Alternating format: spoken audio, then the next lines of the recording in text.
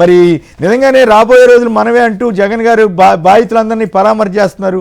ఈ జగన్ జన్మదినోత్సవ సందర్భంగా జరిగిన వాటిలో కూడా అనేక మంది మీద కేసులు పెట్టడం, ఈ ధోరణి ఎట్లా అనిపిస్తోంది మీకు పురుషోత్తం రెడ్డి గారు? కుమిడి గారు, జగన్మోహన్ రెడ్డి గారి బర్త్డే నాకు తెలిసినంత మేరకు ఆయన రాజకీయ పార్టీ పెట్టిన తర్వాత ముఖ్యమంత్రిగా ఉన్నప్పుడు కన్నా మొన్న ఎక్కువ జరిగింది. ప్రపంచవ్యాప్తంగా జరిగింది. లక్షల ఈవెంట్స్ జరిగినాయి. ఒక పండగ వాతావరణం. దానికి కారణం ఏంటంటే మేము నిలబడుతున్నాము, మేము మళ్ళీ వస్తాము అని చెప్పదలుచున్నాం. ఇందులో జగన్ గారు కాన్ఫిడెన్స్ ఇచ్చారు. అది వీళ్ళు ఇస్తున్నారు, పార్టీ శ్రేణులు, అభిమానులు. మేము ఉన్నాం, జగన్ గారితో నిలుస్తాం, గెలుస్తామని కాన్ఫిడెన్స్ ఇచ్చి ప్రయత్నం.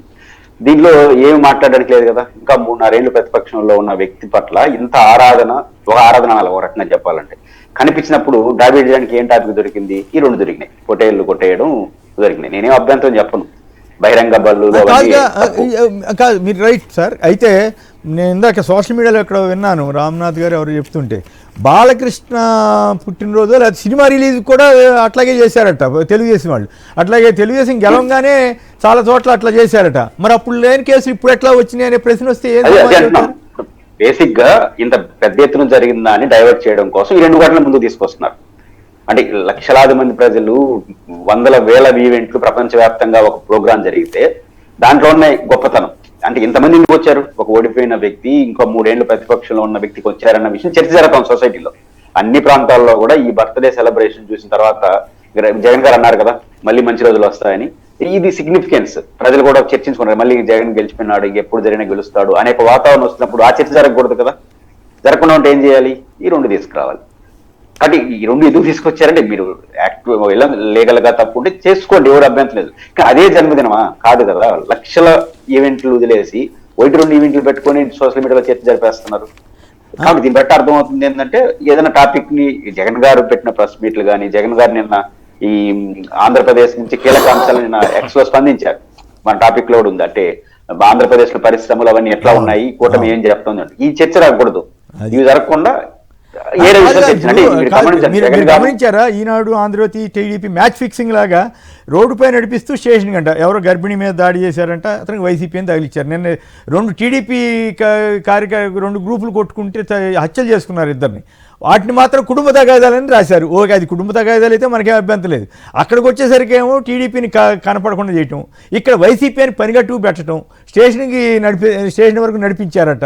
మరి అనంతపురం జిల్లాలోనే కొన్ని రేప్ కేసులు జరిగితే కనీసం కేసులు కూడా పెట్టని సందర్భాలు, అరెస్టులు చేయని సందర్భాలు, అరెస్టులు చేసిన కామ్గా చేసిన సందర్భాలు, వందల మంది జోత శిబిరాల్లో పట్టుబడితే వాళ్ళందరికీ చాలా సగర రాజమర్యాలతో తీసుకెళ్ళి ఈ చేసిన పరిస్థితి, ఇవన్నీ చూస్తే ఈ కేసులో దాడి చేసిన వాళ్ళని మనం ఎవరో సమర్థించక్కర్లా. కానీ ఈనాడు, ఆంధ్రజ్యోతి మ్యాచ్ ఫిక్సింగ్ చేసినట్టు ఫస్ట్ పేలో అంత ప్రముఖంగా వేయడం ద్వారా వైసీపీని బదనాం చేయాలనే దురుద్దేశం తప్ప ఇంకేమైనా కనపడుతుందా?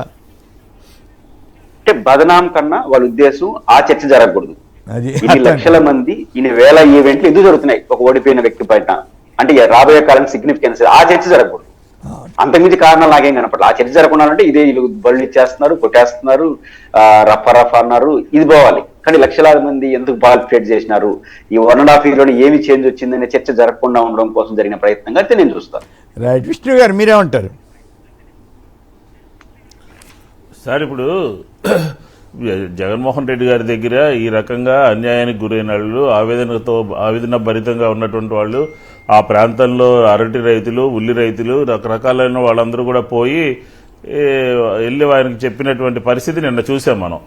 అదే పులివెందుల్లోనే కాదు, రాష్ట్ర వ్యాప్తంగా అనేక నియోజకవర్గాల్లో అదే పరిస్థితి ఉంది. ఎందుకనంటే జగన్మోహన్ రెడ్డి గారి యొక్క జన్మదినోత్సవాన్ని చేసినటువంటి సందర్భంలో రాష్ట్రం అంతా కూడా, ఊరు వాడంతా కూడా, తెలిసినా తెలియకపోయినా కూడా పండగ వాతావరణంలో జరిపారు. నేను నా కాన్స్టిట్యూన్సీలో ఒక చోట వాళ్ళు ఎవరో కూడా తెలీదు, ఒక చిన్నపిల్లలు 50-100 మంది జగన్మోహన్ రెడ్డి గారి ఫోటో పెట్టి చాలా సంబరాలు చేశారనమాట. ఇలాంటి సంబరాల్లో ప్రజలకి దగ్గరికి ఒక సిగ్నల్ వెళ్తుందనే ఉద్దేశంతో ఈ ప్రభుత్వం ఏం చేసిందని అంటే, విడవలన కళ్ళు అని చెప్పని మన అనంతపురం డిస్టిక్లో అనుకుంటాను, అలాగే ఒక చిన్న తిరుపతి దగ్గర, అలాగే కృష్ణా జిల్లాలో ఒక ప్రాంతంలో బ్యానర్ల మీద పెట్టినటువంటి వాళ్ళని 307 కేసు పెట్టి, ఈ పండగ పెద్ద ఎత్తున జరిగింది కాబట్టి ఒక గర్భిణీ స్త్రీని వైఎస్ఆర్ కాంగ్రెస్ పార్టీ కొట్టింది అనే ఒక విషయాన్ని పెద్ద ఎత్తున ప్రచారం చేసి ఫ్రంట్ పేజీలు వేశారు. అసలు ఈ రాష్ట్రంలో పోలీస్ డిపార్ట్మెంట్ ఉందా అని అడుగుతున్నాను నేను. ఎందుకంటే ఇందాక మీరు ప్రస్తావించినట్టు పల్నాడు జిల్లాలో అన్నదమ్ముల్ని ఒక చోట ఒక అతన్ని మర్డర్ చేసి మళ్ళీ రెండో చోట ఒక తమ్ముడిని చంపడానికి వెళ్ళినటువంటి సందర్భంలో అక్కడ ఉన్నటువంటి సిఐని సస్పెండ్ చేయాలా, వాళ్ళ ఊస్టింగ్ ఇవ్వాలా, లేకపోతే సర్వీస్ నుంచి డిస్మిస్ చేయాలా అని చెప్పని వైఎస్ఆర్ కాంగ్రెస్ పార్టీ అడుగుతుంది.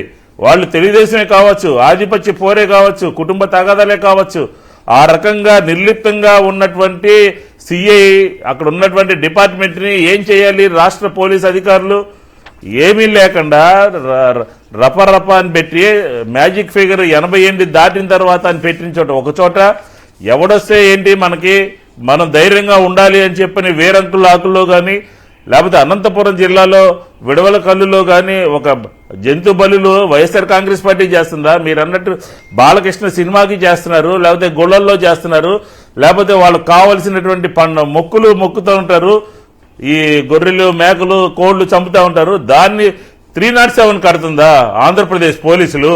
ఒక అభిమానంతో ఒక పుట్టినరోజు పండుగ చేసుకుంటే 307 కట్టి ఎవరైతే ప్రింటింగ్ చేశారో బ్యానర్లు వాళ్ళ మీద కూడా కేసులు కట్టి ఇంత ఇదిగా వ్యవహరిస్తుందా?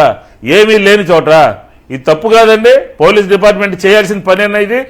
ఎక్కడైతే మర్డర్లు జరిగినాయో అక్కడ పోలీసుల మీద యాక్షన్ తీసుకోరు, ఎక్కడైతే కేకులు కట్ చేస్తారో బ్యానర్లు కడతారో, జగన్మోహన్ రెడ్డి గారి పట్ల అభిమానంగా బ్యానర్లు కడతారో, బ్యానర్ కడితే హత్య చేసినట్ట, బ్యానర్లు కడితే దాడులు చేసినట్ట, దాని మీద 307 కేసులు కడతారా?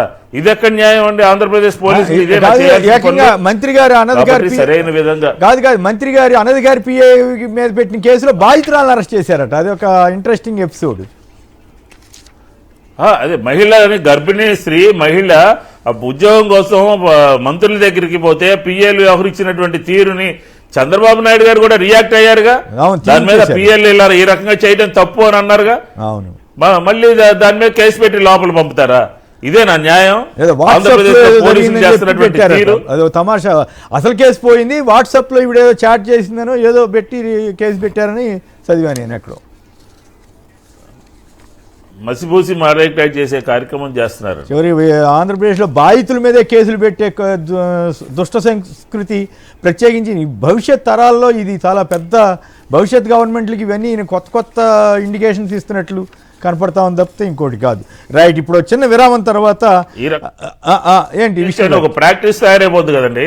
అంతేగా మరి, అదే చేయొచ్చు అని చెప్పి ఒక ప్రాక్టీస్ తయారైపోద్ది కదా. ఎవరు తప్పు చేసినా చర్య తయారైపోతుంది కదా. ఎవరు తప్పు చేసినా చర్య తీసుకోవాలనడం పోయి మనకి నచ్చకపోతే బాధితుల మీదే కేసులు పెట్టాడు. ఒకవేళ బాధితులు తప్పుడు కేసు పెడితే అది వేరే విషయం. ఇంకొక అక్రమ పోలీసులు ఇంకో కొత్త కార్యక్రమం చేస్తున్నారండి.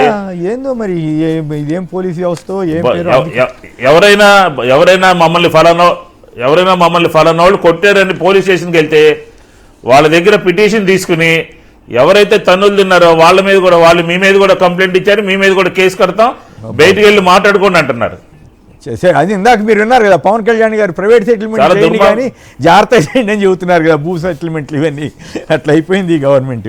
రైట్, ఐటీకి సిలికాన్ వ్యాలీ, క్వాంటంకు అమరావతి, రాజధాని నుంచే దేశ క్వాంటమ్ కంప్యూటింగ్ భవిష్యత్ నిర్మాణం అంటూ అమరావతి గురించి చెప్పారు. దాని మీద అలాగే బ్యాంకులకు రఘురామ టోకరా, ఇండ్ భారత్ థర్మల్ కంపెనీ పేరిట బ్యాంకులకు కుచ్చుటోపి, దాదాపు 100 కోట్లు 2000 కోట్ల దాకా ఉందని ఇది చెప్తున్నారు. పంటి కింద రాయిలాగా మొత్తం మీద పివి సునీల్ కుమార్ గారు సస్పెండెడ్ ఐపీఎస్ సీనియర్ ఐపీఎస్ అధికారి చాలా స్ట్రైట్గా రఘురామతోటి వాదోపవాదాలు చేస్తూ రా నీకేం పద్మశ్రీ ఇవ్వలేదు, నీ మీద చీటింగ్ కేసులు ఉన్నాయని చెప్పి డైరెక్ట్గా ఇన్ని వేల కోట్లు నువ్వు విన్నావు అని చెప్పి ఆయన డైరెక్ట్గా అటాక్ చేస్తున్న తీరు ఇప్పుడు రఘురామన్ డిఫెన్స్లో పడేసిందా, ఏం జరిగింది ఏంటనేది చూద్దాం. మరి ఆయన ఎట్లా రెస్పాండ్ అవుతాడో. పోలవరం అంచనాలు 62,436 కోట్లు పెరిగినాయట. టీడీపీ జనసేన దుష్ప్రచారం, ఆర్బీఐ నివేదికతో బట్టబయలు, పారిశ్రామికాభివృద్ధి దక్షిణ భారతంలోనే జగన్ టైంలో నెంబర్ 1గా ఉందని చెప్పి నివేదిక వెల్లడి. ఇక కేసులు కంచికి, అటు స్కాములు ఇటు క్లోజర్లోను చంద్రబాబు స్కిల్ స్కామ్ను కూడా మూసేయించుకోవడానికి బహుశా ఇట్లా చేసుకోవచ్చున్న సంగతి లాలూ ప్రసాద్ యాదవ్కి, ఓం ప్రకాష్ చౌతాలా ఇటువంటి వాళ్ళకి తెలియక వాళ్ళు అనవసరంగా జైలుకి వెళ్ళారో ఏం పోవడం. మరి ఇప్పుడు ఇవన్నీ చూస్తే చంద్రబాబు గారి స్టైల్ని ఇప్పుడు దేశవ్యాప్తంగా అందరు ముఖ్యమంత్రులు ఇవన్నీ కూడా వాడుకోవచ్చో ఏమో, వీటన్నిటి మీద చర్చలోకి వెళ్దాం.